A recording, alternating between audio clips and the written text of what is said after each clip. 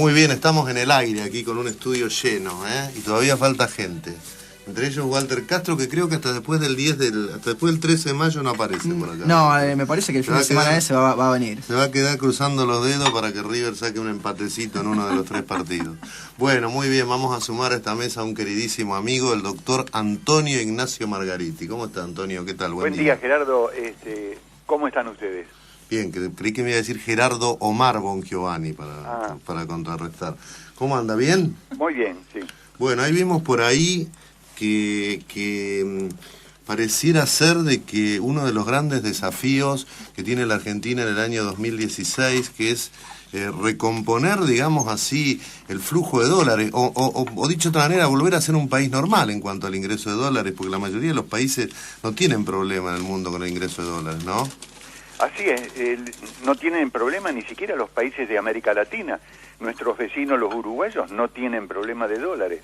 Recuerden que el presidente de Uruguay, Mujica, dijo, estamos embuchados en dólares, es decir, nos sobran los dólares. Perú no tiene problema de los dólares, Chile tampoco los tiene. Ahora, ¿por qué los tiene la Argentina? Yo creo que nosotros estamos inmersos en lo que llamaríamos el síndrome de las 4 I, que es la consecuencia, ese síndrome es como una enfermedad, es la consecuencia de la política económica del gobierno de Cristina. Las 4 I serían la inestabilidad, evidentemente hay una inestabilidad. El que quiera preguntar dónde está la inestabilidad, que se fije en lo que están reclamando los gremios y lo que está contestando la Unión Industrial Argentina respecto de las próximas paritarias. En segundo lugar, la incertidumbre. Nadie sabe lo que va a pasar la próxima semana, qué medida se va a adoptar. En tercer lugar, la improvisación. Cuando sale una medida, hay que reparar que las medidas que adopte este gobierno nunca salen de anuncios oficiales donde hay un ministro o alguien que saque la cara, hable por radio y televisión y diga, vamos a adoptar esto por tal razón. No, la noticia sale, la medida sale en el boletín oficial, publicada así de forma improvisada. Y por último, la cuarta I del síndrome argentino es la inflación, que hay que terminarla de un solo tajo, cortando lo que se llama en historia el nudo gordiano. Y el nudo gordiano, nos llevaría un poco de tiempo relatar que era el nudo gordiano, y fue cortado de un solo tajo, porque en la historia demuestra que nadie lo podía desatar al nudo gordiano.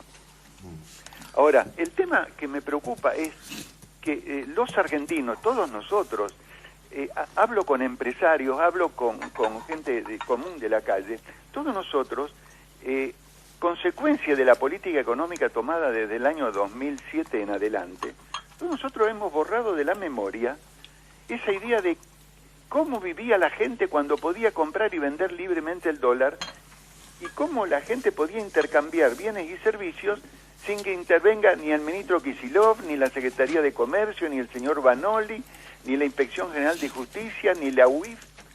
Ahora todo hay que pedir permiso, todo hay que presentar declaraciones juradas. Hemos perdido la libertad de decidir en materia económica. Y eso no solamente afecta a nosotros, que nos hemos olvidado de lo que era funcionar sin que el Estado se meta en nuestra vida privada.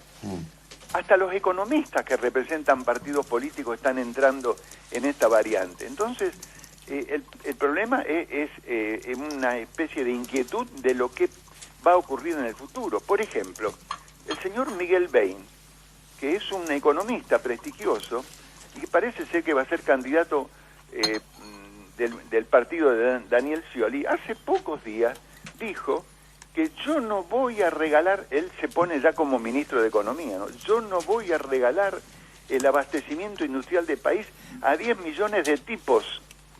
Usó la palabra tipos para referirse a las personas que forman la Argentina, tipos que quieren llevarse el Banco Central a su casa. Entonces dijo, voy a liquidar el dólar ahorro. Simultáneamente con lo que él declaró, Miguel Bain, que está en una posición favorable al gobierno, a la continuidad de la política de gobierno del Frente para la Victoria, Federico Sturzenegger, que está del otro lado, dijo algo muy parecido, es decir, con la misma soberbia con que se expresó Miguel Bain, y dijo, yo considero que el gobierno no tendría que emitir más billetes de 500 pesos y que tendría que destruir y cambiar los billetes de 100 pesos, reemplazándolo para que la gente se quedara solamente con moneda. Miren la barbaridad que dijo. Es decir, yo creo que Sturzenegger vive en una nube angelical. Pero qué raro, ¿eh? ¿Por qué dijo eso? ¿Que tenemos que estar con monederos gigantes, entonces? Claro, no. Es más perverso que eso. Es para forzar que todo el mundo se meta en el sistema bancario, a usar el sistema bancario, y allí el sistema bancario es el mecanismo que engorda las ganancias de los bancos y que permite al Estado apoderarse del dinero nuestro. Si a mí me dan el billete con la efigie de Evita y ahora que va a salir con el pañuelo blanco de las abuelas de Mayo, yo con ese billete puedo hacer operaciones y el Estado no se entera. ¿Por qué se tiene que enterar de lo que yo pago con mi dinero? En cambio, si a mí me obligan a bancarizarme, como pretendió Cavallo con el corralito y como pretendió también Duhalde con el corralón, no nos olvidemos de eso, yo estoy obligado a usar la tarjeta para comprar y vender. Entonces el banco me debita una cantidad de débitos, de impuestos que nadie sabe qué es lo que me está debitando. No sé si alguien ha visto su propio resumen de cuenta bancaria. Hoy es casi imposible conciliar la cuenta bancaria. Usted hace una operación y le debitan impuestos de los cheques, el IVA, la comisión, el gasto, la transferencia, 10 o 12 débitos por cada una de las operaciones que uno haga en el banco. Entonces lo que quiere Sturzenegger, que se ha puesto el ropaje del estatista, del hombre que va a tomar el poder del gobierno, tiene la mentalidad también de empoderarse, como dice Cristina. Entonces dice que todos se bancaricen, así yo me quedo con una parte del dinero de la gente. Esa es la explicación de la increíble manifestación de Sturzenegger. ¿Para quién va a ser el Alejandro Magno que corte el nudo gordiano, no? Porque aquí parece ser... Muy buena pregunta. Sí. Porque fue Alejandro Magno, que tiene el nombre de un querido amigo que está en la fundación, que es Alejandro Bongiovanni. Ajá. Hola, Antonio. Alejandro Magno fue un genio, murió a los 33 años, y todo esto que hoy es el conflicto del mundo, que es desde Grecia, pasando por el Asia Menor hasta la India, todo eso fue conquistado por un joven general que no tenía 33 años. Es verdad. Y él tuvo en la cabeza esa idea de la unión entre Occidente y Oriente, ¿no? Exacto. Él dejó su natal Grecia, porque él era macedónico, era de una de las zonas de Grecia, quiso vengar el ataque que los persas, Persia era Irán, que los persas habían hecho contra Grecia. Acuérdense de las guerras médicas, de las Termópilas. Sí, la batalla de Salamina. Era exacto. Y hoy tenemos que hablar de estas cosas, Antonio, porque no se puede hablar de política, así que podemos hablar de la batalla de Salamina, de Leónidas, de todo eso. Esa es la historia argentina, es decir, ¿cómo resolvió el problema? Él cuando avanza y se queda con Turquía, él conquistó Turquía. La Turquía de Endorgan hoy fue conquistada por Alejandro Magno, tenía 28 años. Entonces le presentan ahí en un lugar que se llamaba Frigia. Así es. Le presentan un nudo que nadie podía desatar, que cuando se quería desatar lo complicaban más. Y dicen, el que desate este nudo va a conquistar toda Asia. Y le dio un sablazo y ya, ¿no? Claro, ¿y qué hizo Alejandro Magno? Sacó el sable y lo cortó de un tajo. Así es. Conquistó toda Asia. Bueno, así hay que hacer con el cepo. Ahora, para cortar con el cepo de un día para el otro, como dice Macri, hay que tener un plan y tener una serie de 10 o 12 medidas conexas que impidan que el corte del cepo termine en un Rodrigazo como ocurrió en la época de Isabelita. Ahora, interesante, Antonio, porque usted fíjese, ¿no? Es que como algo de lo que dijo Kicillof tiene razón, ¿no? Cuando hace la crítica a los economistas, que es lo mismo que decía Hayek, ¿no? Usted fíjese, acá está yendo más adelante Macri que su propio economista. Así es. Y me cuentan que en España pasaba lo mismo. Me decía un ministro de Aznar, que Aznar hizo cambios muy importantes en la economía española, sobre todo decía, mira, Aznar siempre estaba adelante que nosotros, me decía, ¿no? Y eso es lo que pasa, a veces hace falta líderes, ¿no? Para cortar el nudo gordiano, ¿no? Claro, es decir, falta decisión, coraje y sobre todo imaginación para armar un plan económico. Háganse ustedes un cuestionario. ¿Qué candidato está presentando un plan económico para salir del cepo cambiario? Si tenemos tiempo, en pocos minutos vamos a expresar cuáles serían las medidas que habría que tomar para eliminar el cepo sin que ocasione una hiperinflación como en la época de Alfonsín y sin que ocasione... Tenemos 2 minutos, a ver, pasemos bueno, rápido.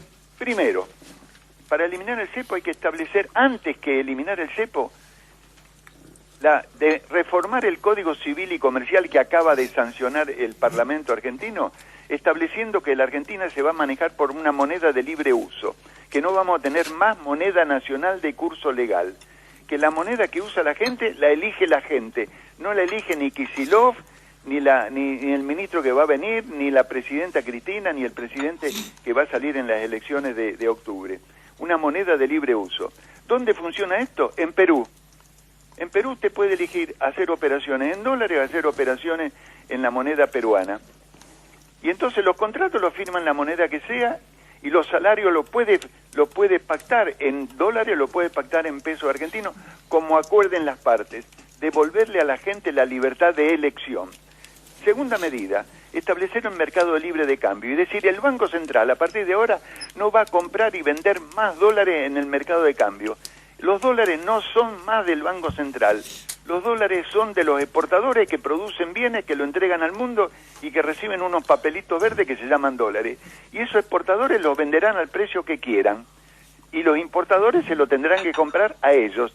No le van a pedir más los importadores dólares al Banco Central. Y ese mercado de cambio podría funcionar como funcionó mucho tiempo en la Argentina, no más en el Banco Central, sino que podría funcionar en la Bolsa de Comercio. El mercado de cambio típico podría funcionar todos los días en la Bolsa de Comercio, como ocurre en otros países donde se cotizan las divisas. Por último, seguidamente con eso, hay que producir reformas impositivas o anunciar reformas impositivas, porque si se establece la moneda de libre uso y al mismo tiempo se establece la posibilidad de la libertad de mercado de cambio, hay que permitir que este mercado de cambio miserable, iba a decir una palabra más vulgar, yo diría casi roñoso, que maneja el Banco Central, donde hoy no tiene un solo dólar para pagar las vacunas de la gripe para los ancianos. No hay vacunas porque el Banco Central no tiene dólares para comprar las vacunas, esa es la realidad. Entonces, lo que hay que hacer es que este mercado de cambio que tiene, manejado por el Banco Central en forma de monopolio, que tiene solamente una masa de 5 o 6 mil millones de dólares, sea reemplazado por un mercado instantáneo de 273 mil millones de dólares. ¿Cuál es ese mercado? El de la gente. Porque en la Argentina ocurre como en ningún otro país del mundo, que el Estado, manejado por los políticos, tiene 5 mil millones de dólares de reserva, pero la gente, la sociedad, ya sea bien habida o mal habida, la gente tiene en su poder, reconocido por el propio gobierno, reconocido por los organismos internacionales que analizan el tema, 273 mil millones de dólares. Ahora, imagínense que si el mercado monopolizado en manos del Estado, se lo sacamos al Estado y se lo damos a la sociedad y hacemos que esos 273 mil millones de dólares empiecen a ser ofertados en la Argentina, el dólar, en lugar de estar al tipo de cambio del blue, puede caer hasta 3, 4 pesos, porque la oferta monetaria de dólares, de billetes de dólares, es potencialmente impresionante en la Argentina. En esto yo creo que los economistas no han reparado. Ahora, ¿cómo hacemos para que 273 mil millones de dólares de los argentinos, poseídos por los argentinos, en el colchón, en las cajas de seguridad de los bancos, en los bancos extranjeros, vuelvan a la Argentina?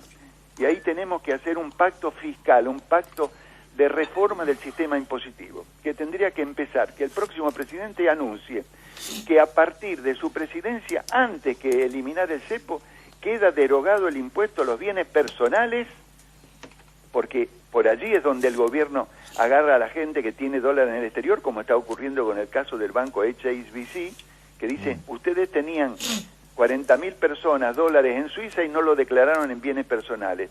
¿Por qué le tengo que declarar al gobierno bienes personales que yo he comprado con dinero blanco y legítimo por el cual ya pagué impuesto a la ganancia?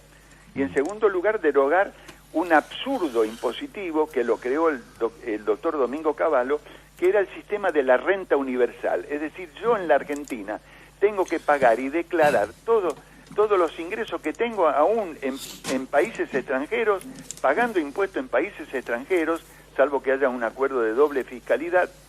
Y al eliminar eso, entonces la posibilidad de ingresar los dólares es tan simple como que yo los traiga por medio de un banco. Entonces, si yo estoy declarando dólares en Estados Unidos y los traigo a la Argentina, habiéndose eliminado ese principio de la renta universal, que de los bienes personales, la gente podría traer sin ningún riesgo fiscal de que la AFIP se apodere de los dólares de la gente para empezar a ofrecerlos en el mercado argentino, de la Bolsa de Comercio de Buenos Aires o la Bolsa de Comercio de Rosario.